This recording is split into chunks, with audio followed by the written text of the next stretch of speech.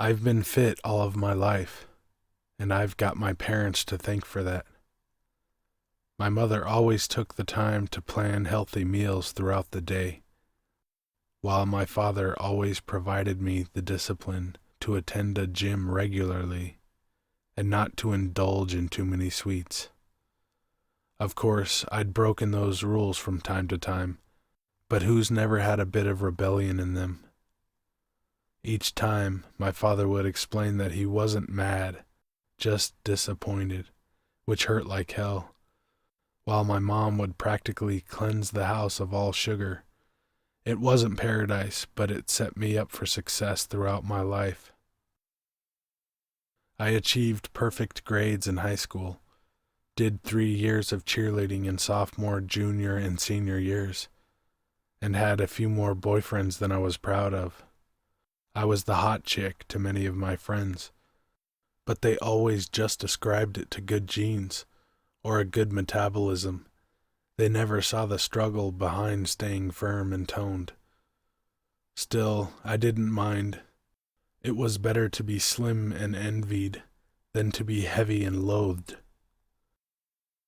College was a different beast.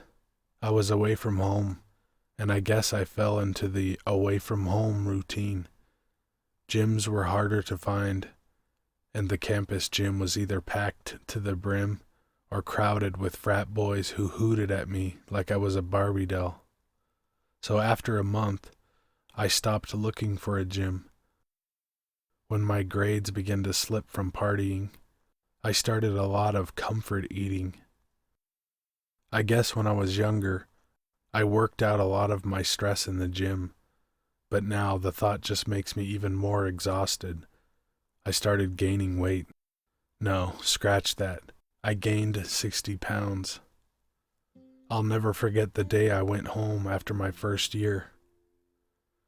My father looked at me like I was some stranger who didn't belong in his home. My mother cried. My two brothers had the most tact of them all. They asked me if college was giving me a hard time, but I could tell they were hiding their judgmental stares.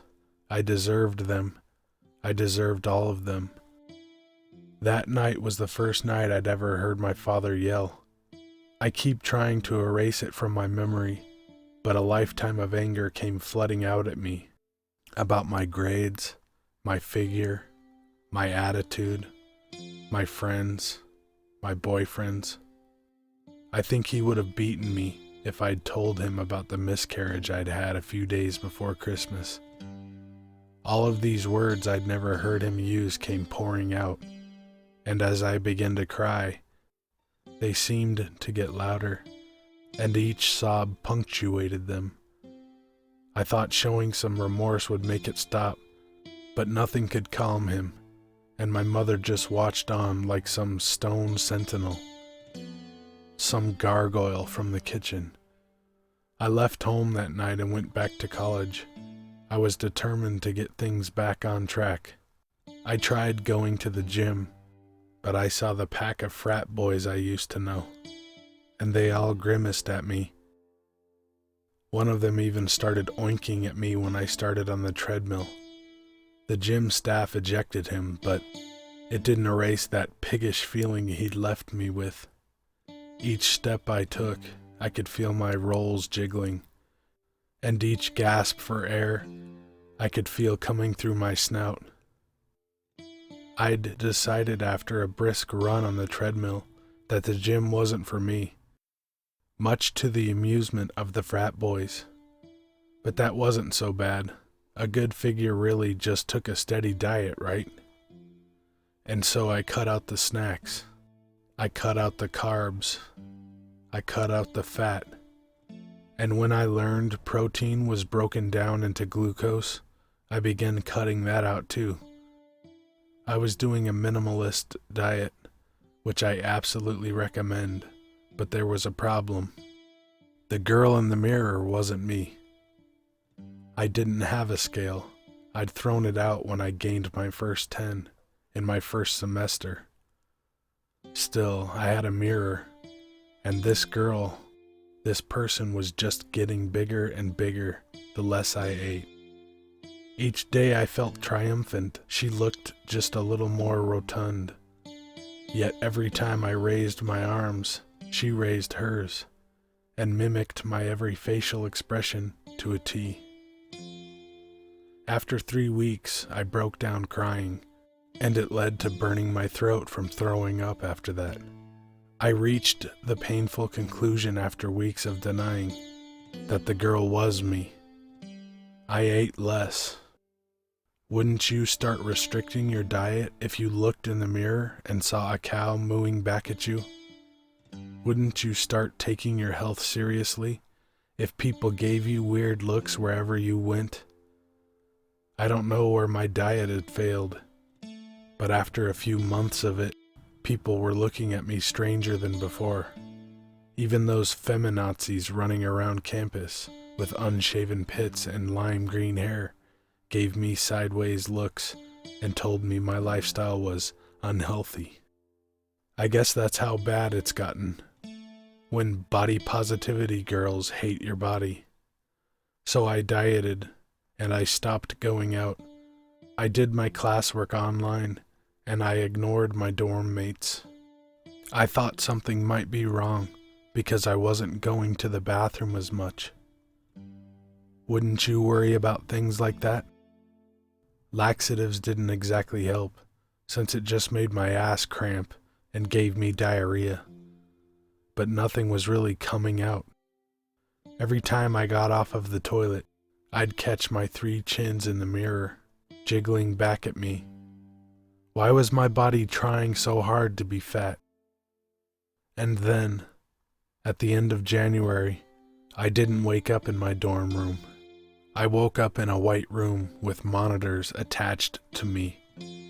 My family was piled around me, along with the doctor I'd been seeing since I was 13. They looked at me like I was some injured fawn, but they all sounded like the teacher from Charlie Brown. A bunch of noises that made their tongues sound too big for their mouths.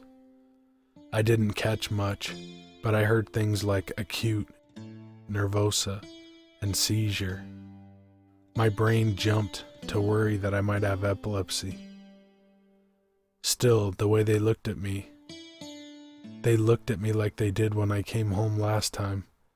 Had I gotten that much heavier since then? I remember being cold. I remember asking the staff to turn off the AC, despite their claims that the AC wasn't on. It's okay. I'd become accustomed to cruelty from others. I just requested more blankets, which they had the decency to provide. I remember my father talking to me, tears in his eyes, but I don't remember what he said. I couldn't bear to hear those hurtful words again, and so it all just became a field of white noise and quiet sobbing. The doctor fed me lies about my health. Instead of telling me I'd gained 60 pounds, he told me that I weighed 60 pounds. That my pulse was weak, that my health was deteriorating. I wanted to laugh at him, but my chest was hurting enough without laughter. He told me something about a heart palpitation, but it all just sounded like static now. Finally, my mother pleaded with me to come home with them and take a semester off, which was devastating. They knew my scholarships would run down if I took time off, but they all told me, "Your health is more important than your degree." Was I that fat? Had I put on that much weight? What happened to my diet? What happened to being the hot chick? The first night back, and I saw it. I saw it while I was getting ready for a shower. Spherical and gelatinous. I saw how bad things had gotten. I was round, and morbid was an understatement. Even my hair had become wiry, and was falling out by the strands, by the clumps, if I pulled too hard. I decided against the shower I didn't deserve, and curled up on the cold linoleum floor, and cried and cried and cried, until it hurt my eyes. I had to lose weight. and I was out of normal options. But my dad had always taught me discipline and taught me to never rule anything out in extreme circumstances. This was extreme enough for me. I'm not a doctor, but I've seen enough medical dramas to know what I'd need. Tools, like a saw and rags, were kept in the garage, and the liquor cabinet was a bit sparse, but a bit of vodka did the trick. I'm not an amateur. I sanitized all of my tools with liquor, and then heated them before I even thought of improving my life. It was hard at first, just as hard as it was to go to the gym, but as the saw drew closer to the floor, I knew all of my screaming was worth it. Blood and meat staining the white linoleum floor was a small price to pay for my health. The door banged and splintered by the second round. I knew they wouldn't understand my predicament, but they never knew what it was like to be fat. I felt my trusty tool scrape against the linoleum as the door finally broke down, and everything faded to a nice, fuzzy white as my mother's wailing grew more and more faint. Now I'm beautiful. I type with a special keyboard that only requires my left arm, and I'm confined to a comfortable wheelchair. But I remember the lime green-haired girl telling me that I was beautiful, no matter what happened to my legs, and no matter what happened to my arm. I remember those frat boys wheeling my chair up to my next class, and their warm smiles. I remember the looks of encouragement people give me as I move by, and I know that I'm the hot chick again. I'm beautiful.